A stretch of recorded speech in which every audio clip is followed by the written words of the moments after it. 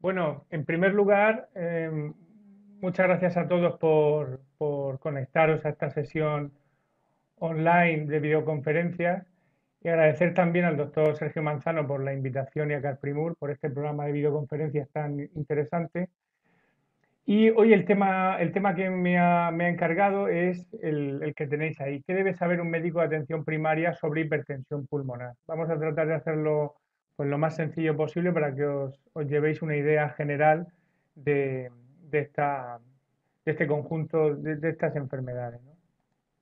En primer lugar, este es el concepto de hipertensión pulmonar. Tenéis que saber que es un síndrome clínico de etiología muy diversa, es decir, que varias enfermedades van a producir esas mismas alteraciones, caracterizado por un aumento de las resistencias vasculares pulmonares, es decir, de la dificultad que tiene la sangre en pasar a través del lecho vascular pulmonar, y esto resulta en una adaptación secundaria del ventrículo derecho que tiene que hacer frente a ese aumento de la dificultad que tiene a eyectar la sangre hacia el circuito pulmonar.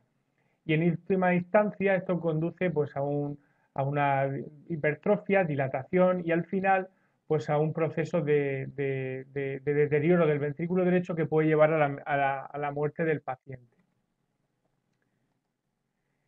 ¿Cómo se produce esta alteración en el vaso pulmonar? Pues bueno, aquí a la izquierda tenéis lo que debería ser un esquema de lo que debería ser un vaso pulmonar normal, con sus tres capas, la íntima, la media y la adventicia.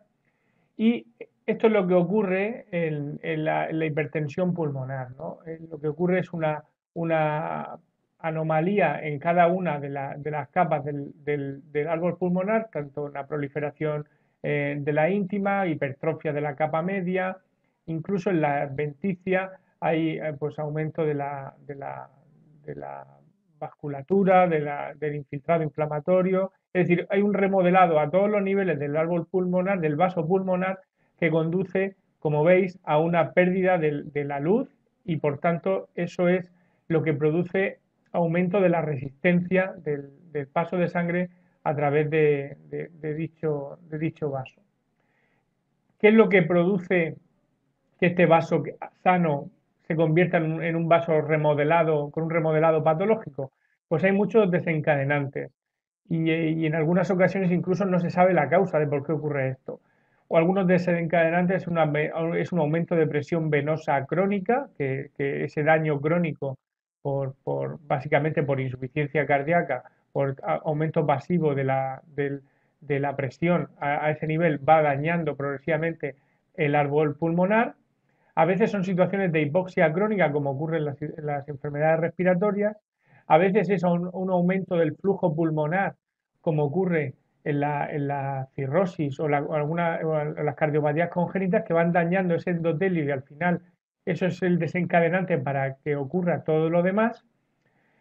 A veces son componentes inflamatorios, como porque hay hipertensión pulmonar asociada al VIH o en las enfermedades del tejido conectivo, tóxicos o familias incluso que tienen esta predisposición a hacer un remodelado patológico del vaso, o como he dicho anteriormente, a veces no tenemos causa y le llamamos hipertensión pulmonar idiopática. Pero ¿cómo se define? Hemos visto cuáles son las alteraciones que subyacen a esta hipertensión pulmonar, al remodelado patológico del vaso, pero ¿cómo se define? Pues simplemente pues, midiendo cómo la presión pulmonar en- en- con un cateterismo cardíaco derecho, y si es mayor o igual de 20 en reposo, definimos que ese paciente o decimos que ese paciente tiene hipertensión pulmonar. ¿Por qué esto es así? Porque 20 milímetros de mercurio es el límite superior de la normalidad de la población en general. Es decir, que nadie sano tiene una presión pulmonar eh, en estos niveles. Pero podemos clasificar la enfermedad o este síndrome eh, utilizando la llamada clasificación clínica. Es decir, que no solo vamos a decir que el paciente tiene hipertensión pulmonar, tiene unas cifras pues así aisladas, o sea, de forma aislada podemos decir que tiene 20 de presión pulmonar, 25 de presión media, 30, eso nos define lo que es hemodinámicamente la hipertensión pulmonar, pero no nos da mucha información sobre qué realmente estamos tratando y cuáles podrían ser el mecanismo subyacente.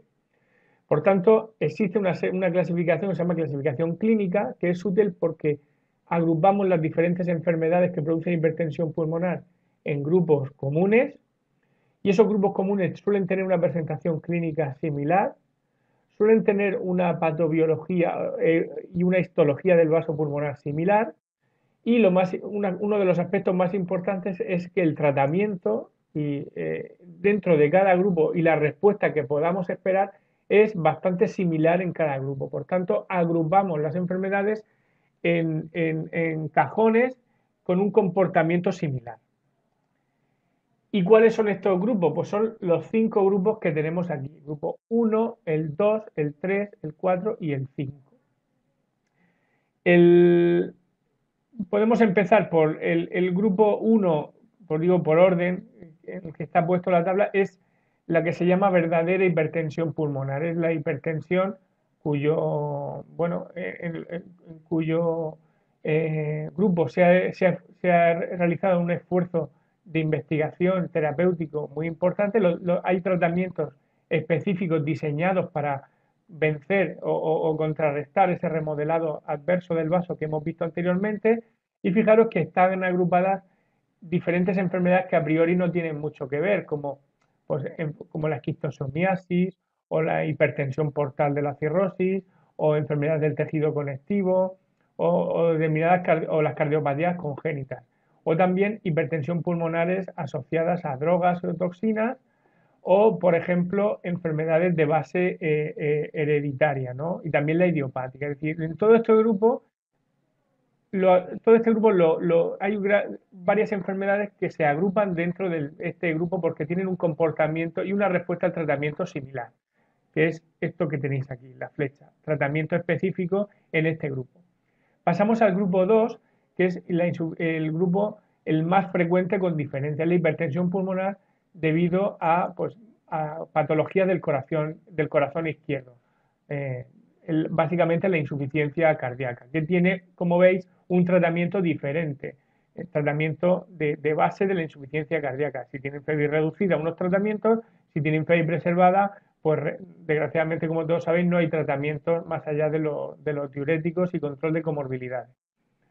El grupo 3 es otra de las causas más frecuentes también, por eso es importante para vosotros, como médicos de atención primaria, que os fijéis mucho en estos dos grupos, 2 y 3, porque pues más del 90% de los casos la hipertensión pulmonar va a ser con un origen en estas enfermedades, y el tratamiento, desgraciadamente a día de hoy, tampoco tiene un tratamiento específico de la hipertensión pulmonar. Es decir, la hipertensión pulmonar es un fenómeno que ocurre en estas enfermedades, pero que el tratamiento es el tratamiento de base de la enfermedad causante de la misma.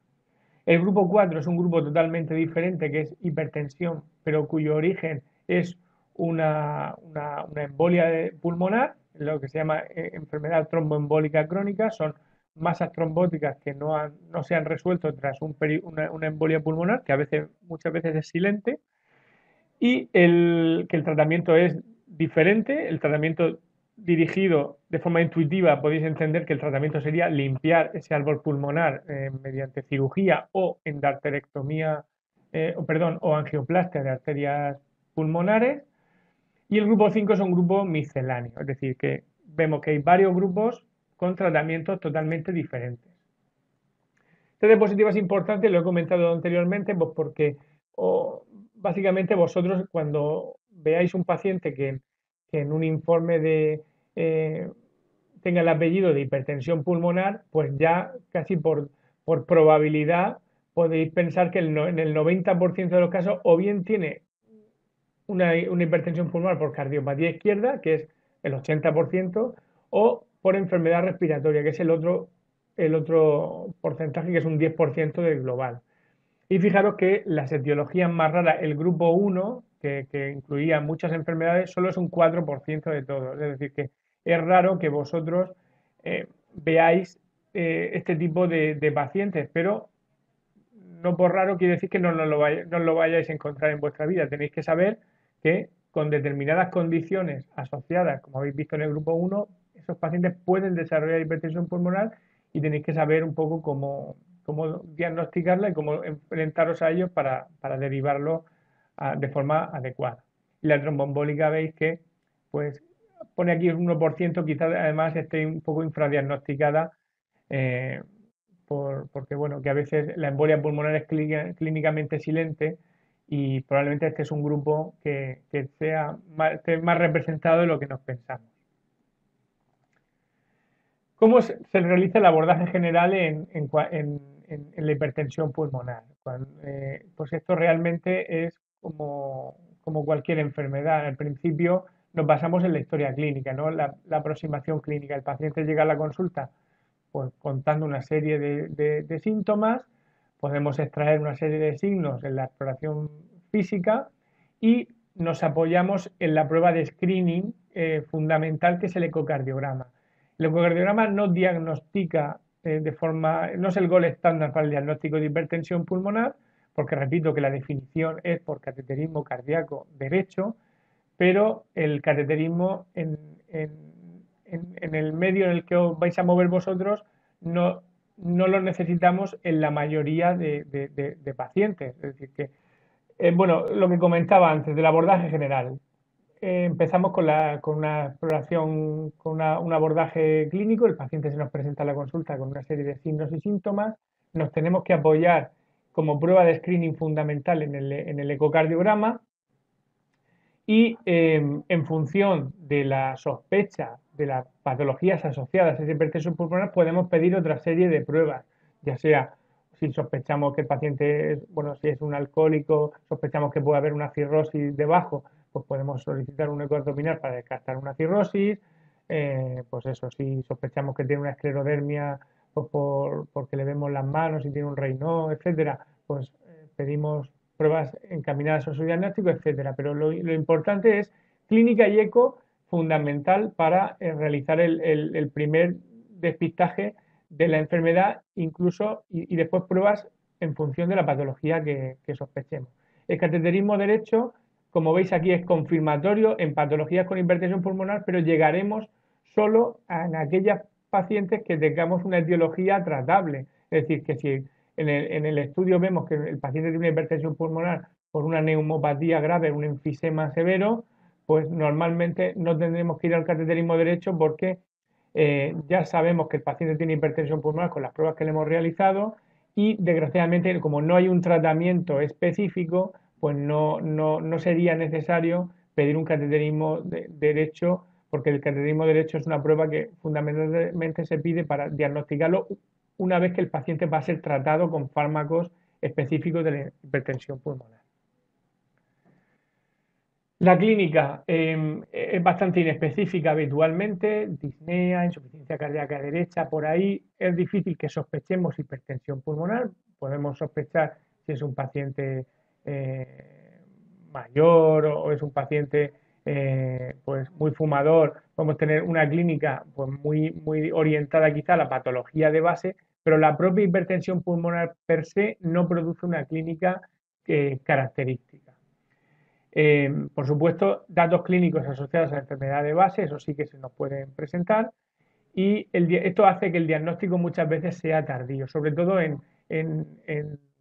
digamos que en áreas, en zonas o en franjas de población donde no esperamos encontrar nada. Por ejemplo, paciente joven, chica joven con disnea de 40, 45 años, pues no pensamos que podamos tener una enfermedad concreta, grave, y por eso el diagnóstico muchas veces es tardío. Probablemente en la gente más mayor que ya vamos buscando patologías asociadas como la insuficiencia cardíaca, que es el número uno en pacientes que tienen disnea a cierta edad, pues ahí el diagnóstico sea más precoz, pero desgraciadamente en gente más joven no se sospecha, como es lógico, ¿no?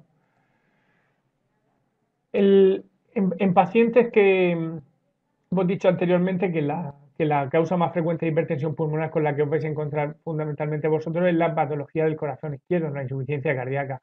Y esto es digamos, es una lista de- de condiciones que si las veis, prácticamente podéis hacer un diagnóstico por el fenotipo en el que tiene el paciente, ¿no? Si el paciente, imaginaros que recibís un informe de ecocardiografía que dice que el paciente tiene lo que sea, función conservada, pero cierta hipertensión pulmonar y tiene pues, más de 65 años, es hipertenso, es obeso, tiene enfermedad coronaria o diabético o fibrilación auricular, pues la probabilidad de que esa insuficiencia cardíaca sea por patología izquierda es altísima, tan alta que en la mayoría de los casos no tenéis que hacer nada más, es decir, tenéis que tratar la enfermedad de base, que es la insuficiencia cardíaca, lo que la causa subyacente más frecuente. Es decir, que estos factores, este fenotipo clínico es muy orientativo de cuál es el origen de la hipertensión pulmonar y es muy importante que lo conozcáis. Como he dicho antes, el abordaje diagnóstico asienta en una historia clínica, en unas pruebas básicas, en electro, una radiografía, fundamentalmente porque el paciente se presenta con disnea y tenéis que descartar otras causas. Y después el ecocardiograma, que es la prueba de screening inicial, como he dicho anteriormente. En el ecocardiograma podemos tener dos opciones, que la sospecha de hipertensión pulmonar se confirme, es decir, que ahora veremos cuáles son los datos que nos hacen pensar que el paciente puede tener hipertensión pulmonar por eco, o que se descarte, que el eco sea totalmente normal a todos los niveles, ni ve hipertensión pulmonar, ni tiene las cámaras derechas dilatadas, ni nada, y entonces pues tengamos que buscar por otro lado la clínica del paciente. ¿Y cuáles son los datos que nos ofrece el ecocardiograma o cuál es la utilidad del ecocardiograma en la hipertensión pulmonar? Pues, como he dicho antes, la prueba de screening inicial, una prueba bastante accesible, nos estima de una forma pues, bastante adecuada la presión pulmonar, no la mide directamente, la estima, pero bueno, es de un valor muy importante pues, en la mayoría de escenarios porque es el primer punto de partida. Fijaros que esto tenéis a la derecha una curva, que es una curva Doppler, que lo que hace mediante la velocidad Doppler estima una presión. En este caso, la flecha o el punto de medida está estimando una presión pulmonar en torno a 90 milímetros de mercurio. Es decir, que eso, por eco, el valor normal es menos de 35. Claramente el paciente tiene una hipertensión pulmonar con altísima probabilidad, tiene 90 milímetros de mercurio. Pero aparte de eso, aparte de solo la velocidad, podemos ver datos indirectos, es decir, si hemos dicho que el problema es el árbol pulmonar, un remodelado patológico del vaso pulmonar, pues el que sufre es el ventrículo derecho, pues tendríamos una dilatación, hipertrofia del ventrículo derecho como dato indirecto de elevación de presiones pulmonares. Es decir, hay pacientes que la curva esta Doppler no se estima de una forma adecuada o tenemos dudas o tenemos datos ahí intermedios, pero si vemos unas cámaras derechas muy dilatadas y el paciente tiene disnea, pues tenemos que sospechar que el paciente puede tener algo a nivel pulmonar que esté justificando ese deterioro del ventrículo derecho. Y aparte, el ecocardiograma nos puede ver cómo están las cavidades izquierdas, si tiene disfunción sistólica, si tiene disfunción diastólica, si tiene valvulopatías que justifiquen ese aumento de presión venosa como causante de la hipertensión pulmonar por insuficiencia cardíaca, que repito que es la causa más frecuente en nuestro medio. Es decir, que en pacientes es muy útil en pacientes en todos los grupos, pero también, sobre todo, en el grupo secundario de insuficiencia cardíaca, porque encima vamos a intentar ver cuál es el mecanismo subyacente de esa hipertensión pulmonar. Fijaros un ejemplo que tengo aquí. Este es un corazón normal, con el ventrículo derecho menor, de un tamaño más pequeño que el ventrículo izquierdo, y también las aurículas derecha e izquierda pues de un tamaño similar, ¿no? Aquí se me ha borrado lo que tenía aquí, que era una imagen de un ventrículo derecho gigante que aplastaba totalmente al izquierdo. Es decir, cuando veamos eso, pues, y encima si medimos presión pulmonar alta, pues ya tenemos claro que el paciente pues tiene hipertensión pulmonar. Habrá que después ponerle el apellido, cuál es la etiología, pero ya estaríamos en la pista de un diagnóstico de sospecha adecuado. El abordaje diagnóstico, en resumen, asienta sobre este esquema que tenemos a continuación. Lo primero, más frecuente, es descartar patología cardíaca, porque es la número uno, patología respiratoria, porque es otra de las causas más frecuentes. Después podemos descartar tromboembólica, porque es una causa también relativamente frecuente y, como he dicho antes, infradiagnosticada. Y cuando ya hemos descartado todas estas causas, el paciente tiene un escáner normal, puede funcionar respiratorias normales o un corazón izquierdo totalmente normal y tiene una angiotaz pulmonar o una gammagrafía, ventilación, perfusión normal, pues solo nos queda ver si pertenece a estos grupos más abajo, que son más raros, pero el paciente puede tener. Entonces tendríamos que centrarnos ya en el diagnóstico en estas enfermedades de abajo. Es importante saber que el diagnóstico lo hacemos de forma escalonada. No empezamos a pedirle pruebas de todo tipo a todos los pacientes, sino que tenemos que hacer un abordaje ordenado en función de lo que os acabo de comentar, de la frecuencia esperada de cada patología. Es decir, un paciente de 75 años hipertenso y diabético, pues sí o sí, casi con toda probabilidad, esa hipertensión pulmonar que podamos ver, muy probablemente sea por patología cardíaca. Si es un EPOC, si es un fumador y tiene enfisema y tiene presión pulmonar un poquito alta, pues la causa más frecuente es la patología respiratoria. No tenemos que pensar en pedir una serología de VIH, una eco abdominal, eso ya en los casos en los que hayamos descartado de forma clara las enfermedades más frecuentes. Y al final de todo, bueno, si al final pensamos que el paciente tiene una hipertensión pulmonar de las tratables, pues al final hay que ir a un cateterismo derecho porque es, repito, es la prueba que nos va a diagnosticar la hipertensión pulmonar, la que nos va a decir si tiene una presión media de más de 20. El cateterismo derecho es por vía yugular o la basílica también se hace, o femoral, pero habitualmente en nuestro medio se hace por el brazo, por la vena basílica, y a través de ahí se mete un catéter de Swan-Ganz y se miden las presiones pulmonares. Aquí, fijaros, hay un paciente con una presión media de 59, una sistólica de 97, una diastólica de 40 y una media de 59. Fijaros que ya aquí ya hemos diagnosticado que el paciente tiene hipertensión pulmonar, ¿vale? Importante también que en el cateterismo derecho hay que ir cuando ya se sabe un poco cuál va a ser el diagnóstico, ¿no?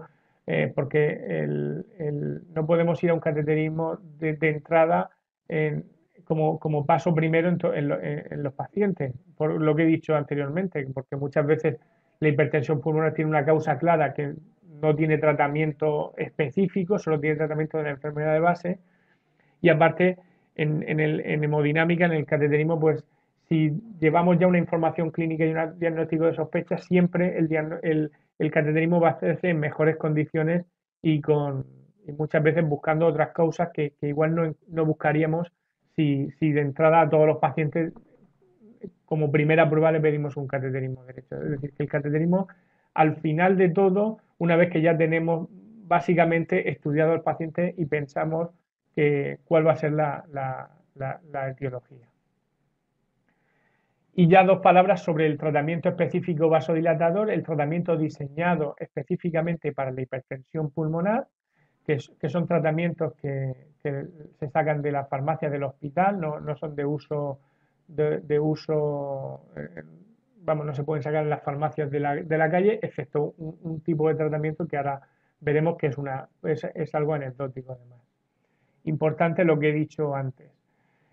No existe tratamiento específico para la hipertensión pulmonar de causa cardíaca ni para la enfermedad pulmonar.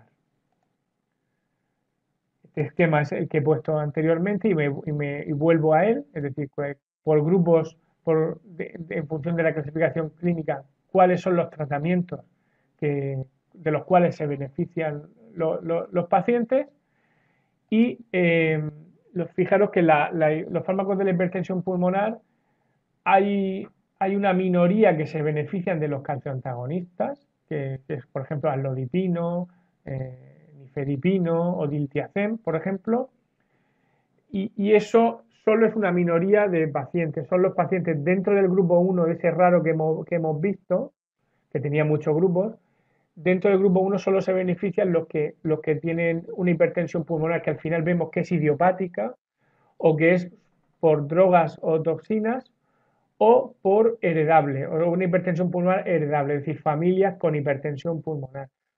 En esos grupos, podemos hacer una prueba en el mismo cateterismo derecho que hemos hecho para diagnosticarlo, podemos hacer una prueba que se llama test de vasodilatación, que es poner un vasodilatación de acción corta y si encontramos una bajada importante de las presiones pulmonares, podemos pensar que ese paciente se va a beneficiar de antagonistas del calcio. Eso, desgraciadamente, dentro de ese grupo 1 raro y dentro de ese grupo 1, solo esas tres etiologías que he dicho, solo ocurre, a pesar de todo, en menos de un 10% de los casos de ese grupo 1, con lo cual, fijaros que es rarísimo que al final un paciente con hipertensión pulmonar, de estos tres grupos que hemos visto dentro del grupo 1, es decir, heredable, idiopática y asociadas a toxinas, puedan responder al tratamiento. Lo digo porque hay una concepción, hay una leyenda de que hipertensión pulmonar igual a cáncer antagonista, es decir, y eso, yo me he encontrado algún paciente que diagnosticado en otro centro que llevaba calcio antagonista sin haberse hecho la prueba terapéutica para ver si es beneficioso o no, un diagnóstico adecuado y sobre todo una prueba vasodilatadora. Es decir, que desgraciadamente el tratamiento con amlodipino, con antagonista del calcio, ocurre muy rara vez. Y la mayoría de pacientes pues, se benefician de terapia oral, que es eficaz, pero no tan eficaz como los calcioantagonistas si realmente los pacientes respondieran, ¿no?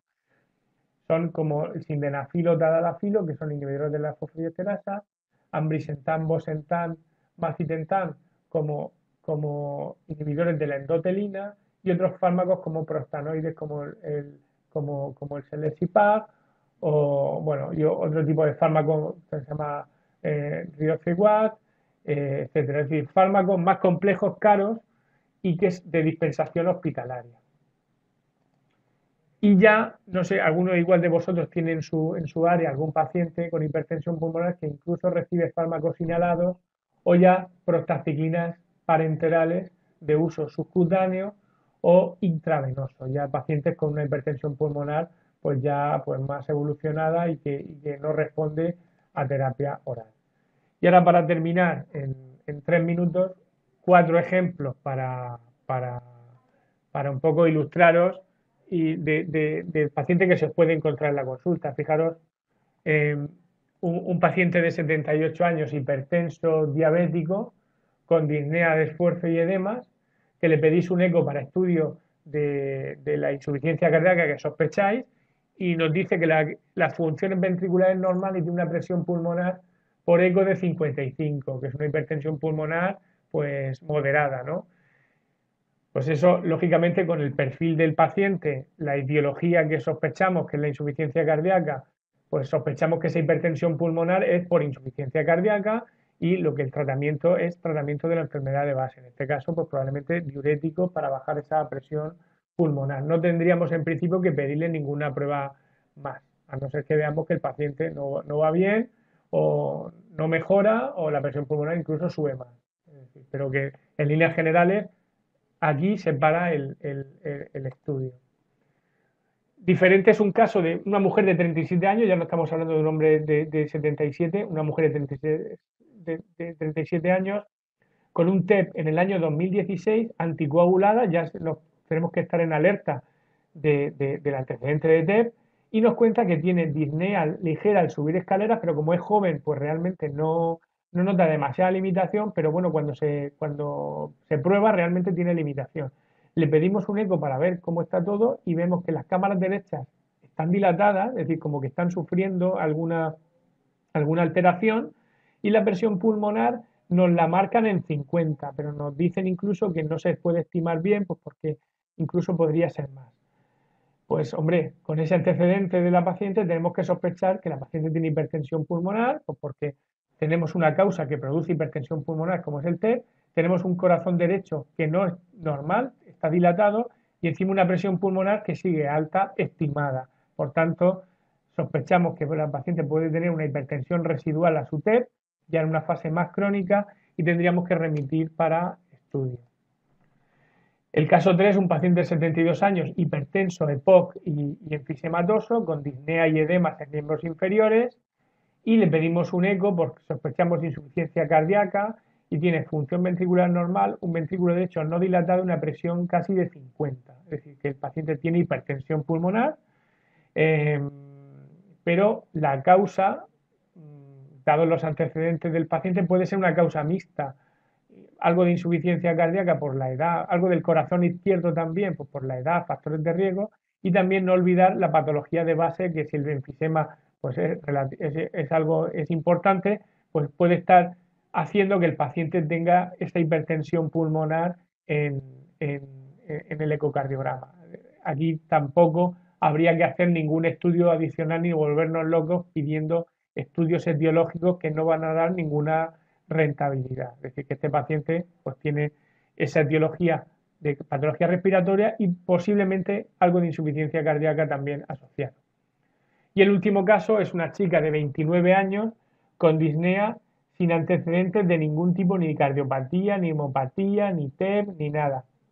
Le pedimos un eco para que se quede tranquila, pues que ella no, para ver que es normal y quedarnos todos tranquilos, sobre todo ella, porque pensamos que no tiene nada, y sorpresa que tiene un ventrículo derecho muy dilatado, con presión estimada en 80 milímetros de mercurio. Por tanto, esto es una hipertensión pulmonar grave, no es el caso de la persona mayor de 80 años con factores de riesgo, que ya tenemos clara la etiología. Esto es una hipertensión pulmonar grave sin causa aparente y hay que remitir para un estudio completo para ver cuál es la etiología, pero a priori no parece nada respiratorio y nada cardiológico. Posiblemente esta chica de verdad tenía una hipertensión pulmonar que finalmente fue idiopática, ¿vale? Y ya está. Muchas gracias a todos.